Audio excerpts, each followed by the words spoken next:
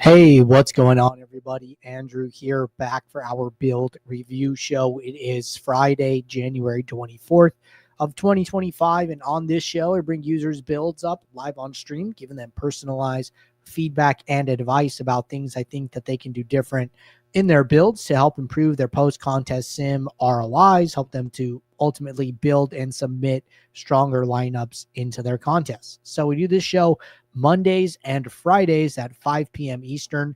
If you ever want to get signed up for a show, all you need to do is send me your DK username or FanDuel username. We don't have flashback for FanDuel, but we still review builds over there. Let me know what sport and slate you want me to review, and I will add you to the list for the next show. So with that said, we do have 4 people signed up today, so it should be a fun show here. Going to start off with some PGA. And we are going to be reviewing a little scrap here from PGA on not the tournament that started this week, but last week's tournament. So the tournament that got started on the 16th. So why don't we get SaberSim up here, and we'll start in the contest tab as always. All right, so what do we see here? We see good contest selection, right? Single entry, 3 max, low stakes, entering less than the max and the mini max to be bankroll conscious, right? They're like, hey, I want to start, I want to play about this amount of money, and they are entering contests appropriately. So this is great, right? This is exactly what we want to see. We're going to pull up this mini max. And let's jump over to users. So a little scrap here, going to switch to greater than or equal to 72, which is what they entered here. Going to sort by sim ROI. All right, so what do we see, right?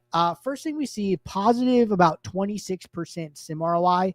That's a good number, right? So first and foremost, this is a good number to have. Seems like there's quite a bit of like jumping around here, with the ROIs. Like we see 82, but then it quickly jumps to 62, and then it quickly jumps to, 40%, right? So 26% is a fine number. I think that puts them in like the top 15 to 20 sim ROIers here.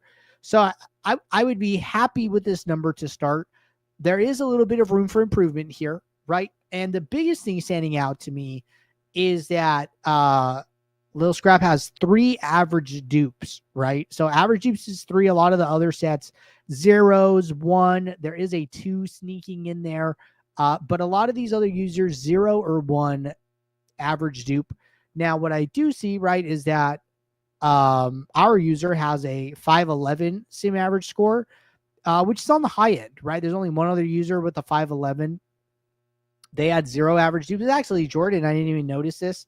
So this is our own Jordan Chand here with a, nice high sim ROI, 0 average dupes, high sim average score, right? Like this is, the 3 average dupes here, right? When you compare the sim average scores, it's clear that it's the 3 average dupes that is the difference between the 26% positive sim ROI and this 68% positive sim ROI that Jordan is achieving, right? So big thing here is we got to manage these duplicates. We got to get you more unique lineups because you only had 8 unique lineups, which is, nobody around this range is even close to that. Like the lowest I see is 55 unique lineups for 100 entries. So that's like a little over half. So like the equivalent would have been, 38 unique lineups for your lineups. So why don't we go into your build and see, why we are duplicating so much. All right, so this is the build where the lineups came from. Looks like default minimax salary, no player pool filters, no rules, 2 lineup filters. Interesting, they're using a geomean here, and they're still so highly duped. So what do we see? So show lineups with geomean less than 9.5. Okay. It's nice to see that they're accounting for this in some way, shape, or form already. So that's really nice. 3 uniques.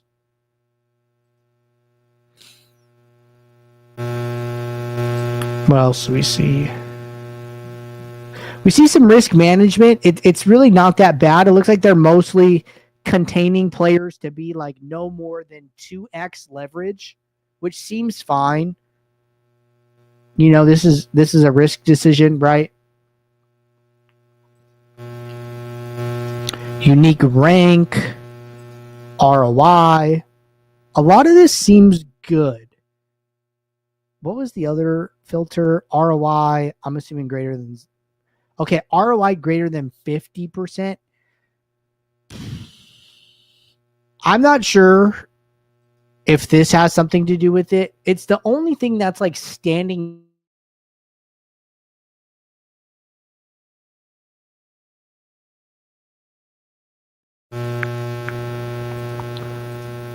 You know, when you're having trouble identifying these things, sometimes it's better to like just go in and look at the lineups.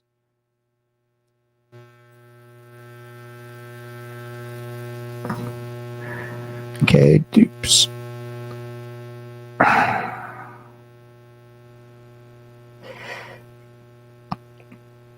Oh gosh, this one feels so weird because this item's duplicated 8 times, but it has 2 players with single-digit ownership, and it doesn't even use max salary. You know, sometimes these, you're going to see lineups like this where it's like, I don't know how I possibly could have avoided this. Sometimes it's just variance. So I'm going to chalk that one up to variance. This one's a little bit different. What are they doing here? What is different? You know, 5 dupes, only 1 player, single digit. This one has 2, 1 dupe. This one has 3 and has 5 dupes, max salary 96. So what I would probably, oh my gosh, this sucks. 9 dupes, 3 players, single digit, 72% sum own, 49.4. Gosh, I don't know how you avoid this.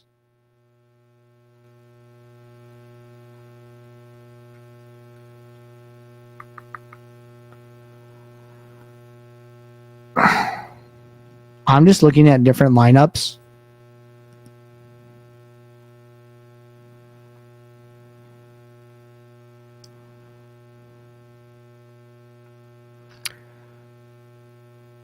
This lineup has 7 dupes, 4%, 4%, 4%, 8%, 13.25. Like, oh my gosh, this is tough. Because I'm trying to think of what I'm doing right is I'm looking at this and I'm thinking about what you can do, right? Like, first thing is like, okay, they're doing geo-mean, great. Is there some type of some ownership, you know, component here? But I'm looking at this, right, and I'm having trouble finding that, right? Lineup is 62% owned, some ownership with 7 dupes, right? It's like, okay, we can't do that. The other one I'm thinking about is I think somebody did this. I think it was maybe Sammy did this, and I might have like, if I recall correctly, I said I don't think you need to do this. And in general, I would say like he probably didn't need to do it based on average dupes.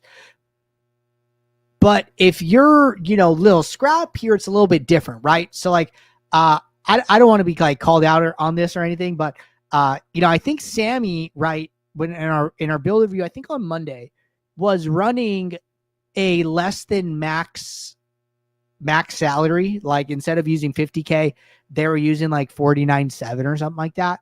You know, for him, it didn't seem like he needed to do it because he was in line with like all the other users, right? So like when we pulled up his results, you know, we came in here and we sorted by Stimol.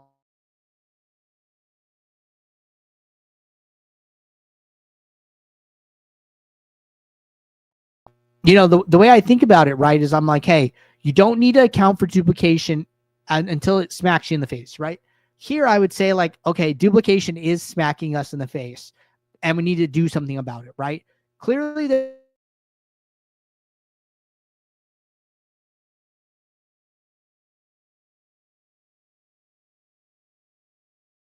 it almost seems like chopping max salary might actually be a viable solution for this user. And I don't say that like often, and I don't say that, you know, lightly either, because it's just not something that like is too common.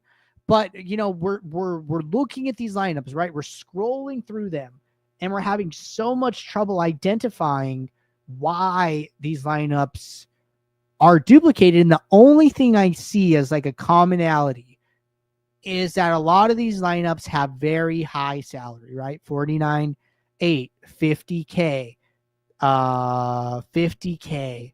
I'm looking at ones with dupes like above one, typically like a little bit higher. 50K for 4, 49.8 for 4, right? So if I were to make any recommendation here, and I'm not talking about like do this and like do this forever, right? I'm talking about like, hey, if you want to try something, if you want to try something different to lower dupes, I would try implementing a lower max salary, whether that be max is 49.8, whether that max is 49.9. Maybe you don't want to be as aggressive. You want to just get rid of the 50Ks. Okay, cool. Try that, right?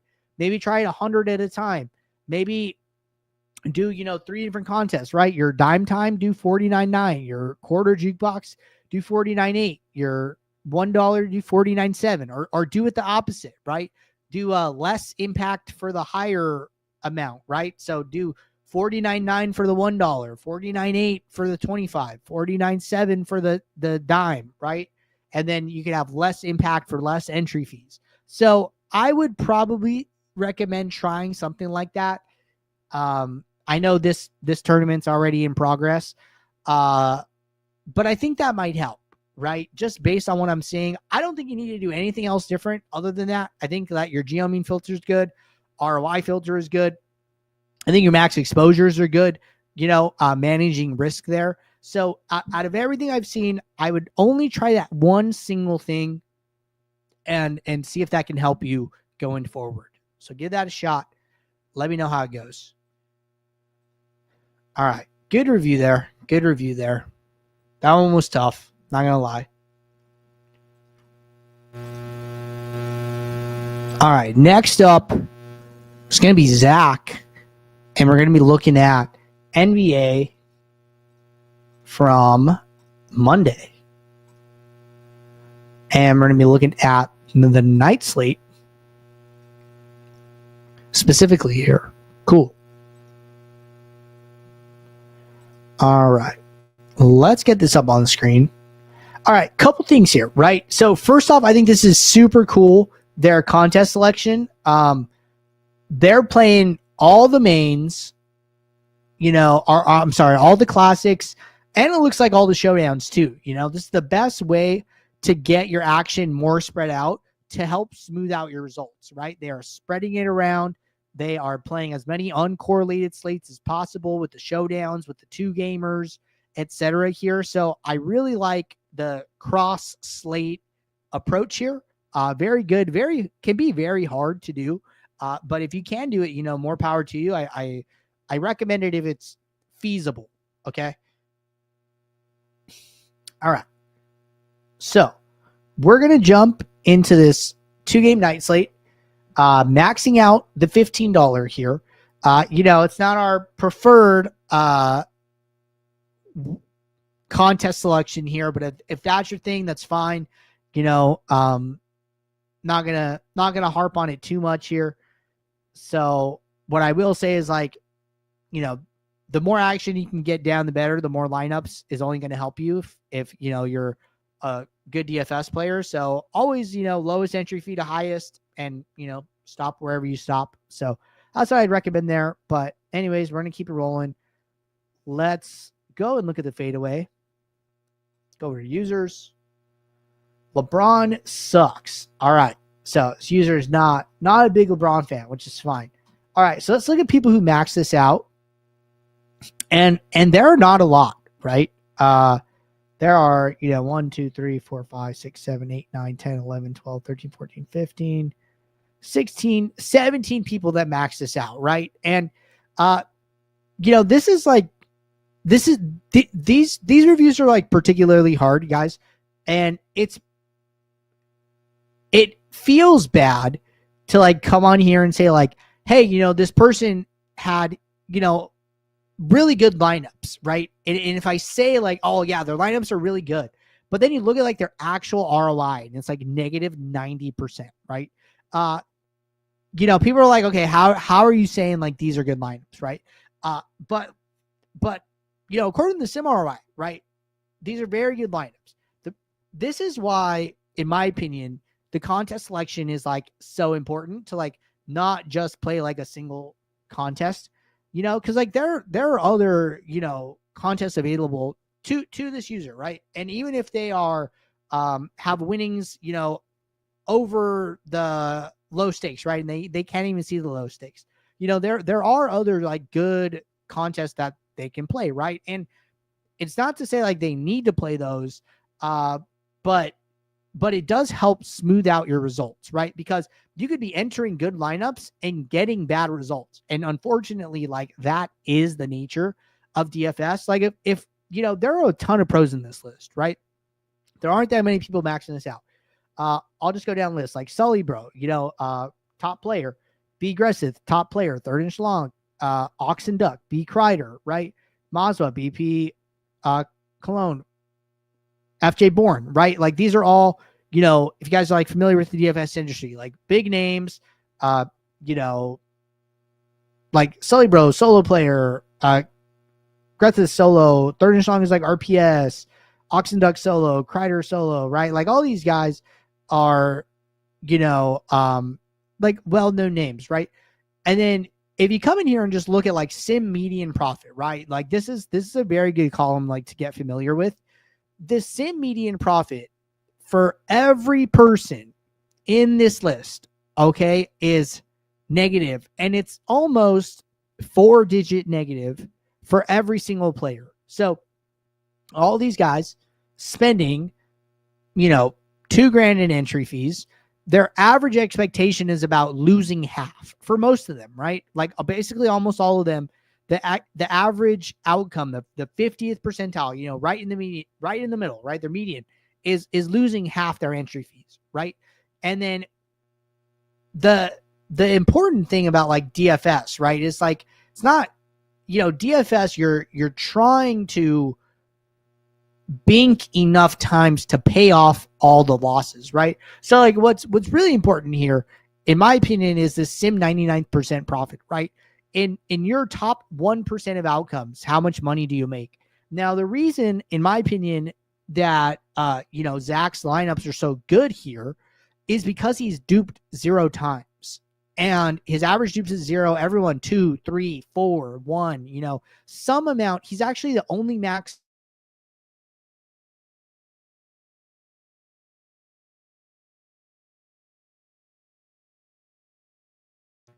So my guess is that his lineups are like pretty correlated, because not only does he his highest outcomes, his highest 1%, are not only winning first, but winning other high paid positions that allow him to achieve a profit much higher than first place, right? So his win rate is super high, 15%. His average dupes are low, which boosts up that 99% profit. Average dupe 0 with a high sim average score, 269 is like right below all these other users. I think what happens here is that, when you're a little bit more unique, you're typically playing a little lower projected lineups, which can lead to the lineups not cashing as often because the lineups are optimized for upside, right? Like these lineups are optimized for upside. I don't know what decisions they made in their build, etc. here, but these lineups are, built in a way where they are trying to win first. And like DFS is kind of like if you're not first, you're last kind of game, because when you min cash, right, in order to min cash, you need to be in the top like 20% of the field. That's a 1 in 5 outcome, and you're typically getting paid like 1.5x on your entry fee for min cashing, right? So like if you only cashed, all the time, you would go broke, right? Like you need these high upside outcomes in order to get that, big boost in your graph. So, that's why I'm going to say that these are good lineups. These are obviously really good lineups because their sim ROI is so much higher than like even the next person on here. My guess is that they're probably using a low number of min uniques, which is which their lineups are so, my guess is their lineups are like heavily concentrated. And if we could just see this, right? We just magnifying glass, go over to projections.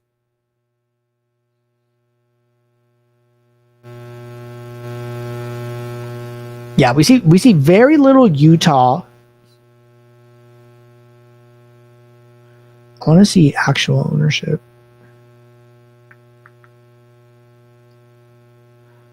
Under on Utah, under on Utah, under on Utah, under on Utah. Yeah, a ton of under on Utah. Over on Clippers, over on Chicago, over on Clippers, over on Chicago. Okay, yeah. So this makes sense to me. Sometimes you'll see users achieve like a super high sim ROI, and their lineups are usually like constructed in like a very correlated way that drives this up. This user, it seems like, just from my glance here, like looking at exposures and stuff, their lineups are like heavily concentrated around Chicago and the Clippers, right? So like when that game, when that game runs up the score, when that game goes to overtime, when Utah underperforms because they're super underweight there, they just do so well so often that like it ends up it ends up leading to them winning so much more. Now the problem is, how often does that Chicago LAC game kind of end up being just like this back and forth shootout, right? That's kind of what they're optimizing for. So doing that can be a little bit higher variance. Obviously, like it can lead to like some of these like negative 90% ROI days. But what I think is super good about this strategy is that you can have this high variance strategy, and honestly, the best thing you can do for it is to do what they're doing and playing all these slates. So they're like, hey, I'm going to take a high win rate, high variance strategy, and I'm going to use it, but I'm also going to play all these showdowns, all these other uncorrelated slates to help me, weather the swings of this high variance strategy. So like they're smoothing out their bankroll, not with their contest selection, but with their slate selection here. And I actually, really like that idea, that concept here. Right. So, the next step, right, would just be basically like maxing out like the entire lobby, starting from lowest entry fee to highest, playing as many contests as they can up to, whatever amount that they want to play, or playing everything, from $0 to $15, right? And then stopping at like this 150 max, like, that could only be like the next step. But I think they're doing like a ton of right stuff here. I really don't think there's like anything to change, right? Like their top sim ROI, they have really good lineups. They clearly have like a really good strategy. It's high variance, but they're smoothing it out with all the slates they're playing. And, I think this is good, right? Like I don't see anything wrong with this. Like this is just how DFS is. And then, even players, right, like with a lower sim ROI that are maxing are still having like, negative 80%, negative 63, right?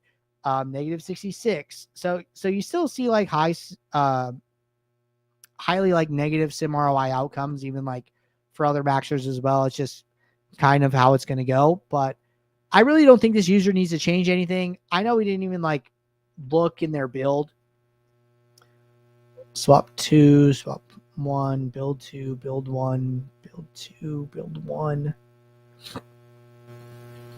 I'm not 100% sure where their lineups came from. Oh, I see. Okay, so these lineups got built, within 15 minutes to the first game starting. These lineups got swapped prior to the second game starting. That's all good. Looks like they use favorites to combine some lineups as they saw fit, right? So I'm not like 100% sure why there's only like 50 lineups in favorites and then like They use like 141. So kind of weird, like the sequence of events here, just like from the outside looking in. But I'm sure it makes sense to the user, so I'm not super worried about it. So what I would say is I really wouldn't change anything here. I think they're doing a lot of the right things. And the only thing I would recommend is just, maxing out the lobby with as many contests as they possibly can play, even if they want to use rank fill, right? If like you're in your build, and you're like, okay, well, I'm down to play all the contests, but I'm not down to play unique lineups and all of them, then go in and use rank, right? Come in here, rank fill, it'll just use contests more than once if the builder thinks it's a good idea. And, then that allows you to like ship multiple contests all in the same night, right? If like you have lineups like overlapping, lineup enter, 5-6 times, whatever. Mixing in some single entry and 3 max, right, could definitely help smooth out some variance. Those contests are going to have less number of entrants, and the amount of time you win is going to be a little bit more frequent, right? So you got to think about those things. That could definitely help you out here, but that is like the only thing I would recommend here. So other than that, very, very strong approach, and I think that they're doing a lot of the right things. All right, good stuff there. And got another NBA review coming up here. So let's see.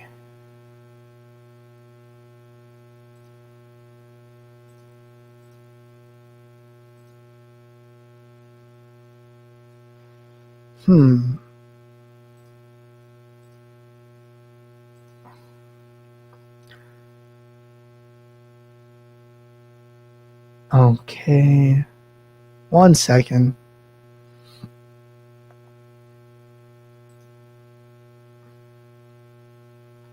All right. So Isaiah had asked me to review some lineups. They didn't give me a slate to do, but I did find one here. So it looks like we're going to review today's Friday, Wednesday's NBA main slate. So why don't we get this up on the screen here? So Wednesday looks like they played FanDuel and DK main slates. So going to go to the contest tab. Played 3 contests. Dime Time, Quarter, Jukebox, Minimax. I think this is very good contest selection. Now, the only thing I would probably change here is I would max out the Dime Time first. So I would like max the dime, and then you're just going to end up getting more lineups if you do it that way, because then you could do like, instead of $5 for 20, you could do 20 lineups for $2, and then you have those $3 left over, which gives you 12 lineups. So you can get like an extra like 10 lineups down if you do it the opposite way. So I would just make that like one small change here is max low to high instead of like opposite a little bit. So that's one thing there. But other than that, why don't we go into the Quarter Jukebox and go look at their lineups? Let's go to users. All right, Isaiah, 20 lineups, sorted by sim ROI. All right, so Isaiah has 38.9% sim ROI. This is good, right? If we just count here, 1, 2, 3, 4, 5, 6, 7, 8, 9, 10, 11, 12, 13, 14, 15. I lost track, but like 16th or 17th on the list here. Like in the 15 to 20 range. Okay, this is a very good set of lineups, right? Now, let's see, negative 5% actual. Yep. Sim median. Where's the median? Median profit was like slightly negative here. And that seems like right where they came in. So outcomes here seem good. Sim ROI seems good. Average dupes looks good. Sim average score looks good. So all in all, strong start here. Top 20 sim ROIers is a good place to be. Notice they have a build, and then they have a swap build, and then they also built these lineups 11 minutes to lock, which is perfect. Probably getting those final sims and projection adjustments for games starting at lock. and then swapping before the second set of games, and swap ran like 7 minutes before. So this is good, right? It's exactly what you want to see here. Seems like they're, working on building a lean process. They're building a process that can be done in, sub 10 minutes, swapped in sub 7, and, taking advantage of those projection adjustments. All right, what do we see? Default, minimax salary, no filters, no rules, ROI, rank fill, direct fill.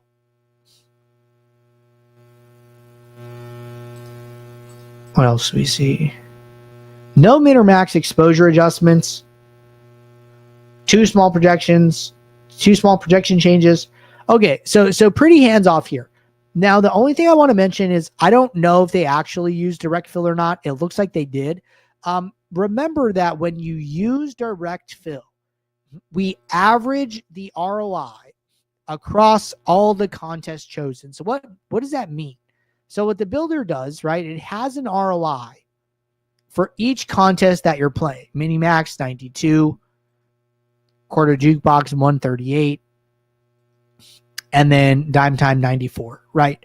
Then it adds those up, divides them by 3 in this case, and then you get this 108 ROI. The builder is using the average across all 3 contests to rank the lineups when you are using direct fill. Now, if you want to do that, that's fine. We don't recommend using the average. We recommend using contest-specific ROI. So if you wanted to do it in direct fill still, then what I would do is I would go through here and then I would uncheck contests as you go. So basically uncheck them all, check one. This will resort the lineups. Because this is the only contest chosen, it's going to use this contest-specific ROI, update the exposures, update the order of the lineups. You save it. You click the drop down. You go to the next contest. You let the lineups resort. You save. You go to the next contest, etc., here, right? So in direct fill, you can be contest specific or you can use autofill and it will do it automatically for you. I don't know which method you prefer, but if I were to recommend any changes here, I would recommend making sure one way or another you are using contest-specific ROI. That's going to be a better thing to do rather than using the average across a set of contests. Other than that, good stuff, and like what I'm seeing. All right, that was our third review. Today we have one more, and this one is going to be JB. And we're going to go back. Let's see.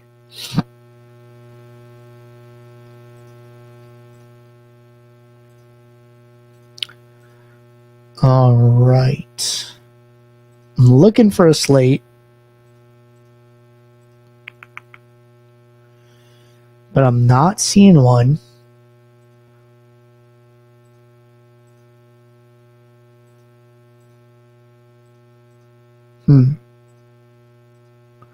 Okay, let's try one other thing.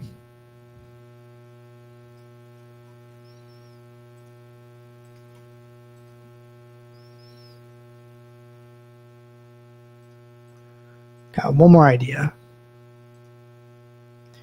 All right, there we go.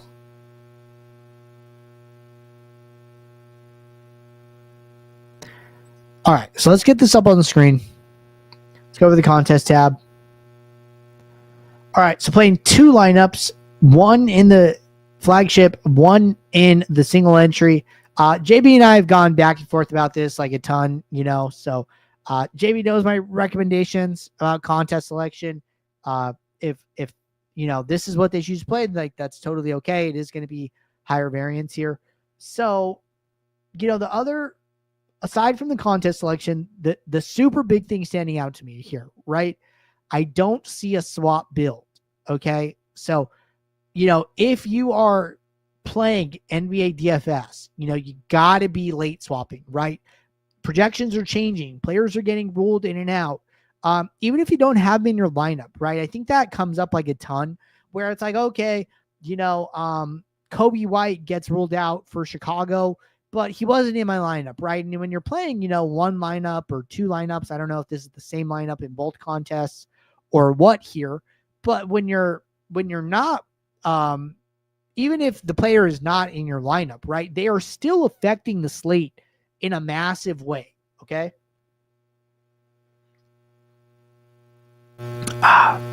And what I mean by that is like, okay, well, if Kobe White's out, who's starting, and if they're starting, let's say, I don't know, Javon Carter gets the start, right?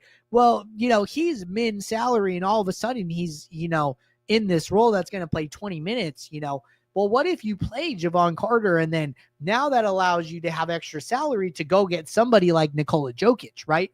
And, Jokic puts up like 99 points yesterday, whatever. Even though Kobe White wasn't in your lineup, he still had a huge impact on the slate and allows you to use your salary more efficiently, right? So I don't see a swap build here. If I had to say anything that I would, if I were to give you one piece of advice here, you got to late swap your lineups, right? Going to be super, super important. And I just want you to, I want to drive that point home. So here, what do we see? Negative 13% sim ROI in this contest. Biggest thing standing out to me, right? Lower sim average score, 254 compared to a lot of these other sets, 268, 258. We do see one in a similar range here. Interesting, but seems like a little bit more the outlier than the rule. You'd be a lot safer being in this like 260 to 270 range.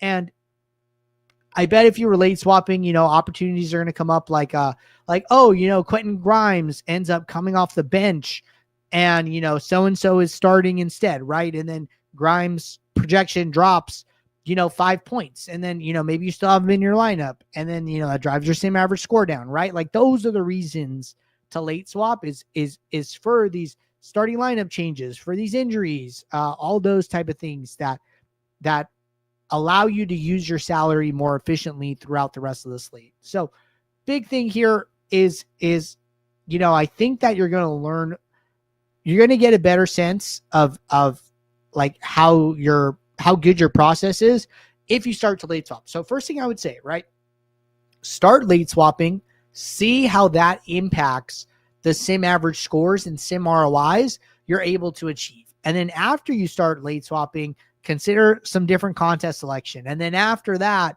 then we can really start to analyze your lineups, because it is hard to, analyze one single lineup and tell you how you're doing, right? But then when you're submitting a portfolio of lineups, when you have 20, when you have 40, right? Even at the low stakes, it gives us a better sense of, does your process need to be changed here? So big things, late swapping and contest selection, work on those two and then circle back with me, and then we can always add you to the list for another show. But all right, we are all caught up with the users who signed up for the build review show. Appreciate everybody tuning in, and I will see you all tomorrow, 11:30 a.m. Eastern for office hours. I will get that updated. But until then, everybody, take care. Good luck. Thanks. Bye.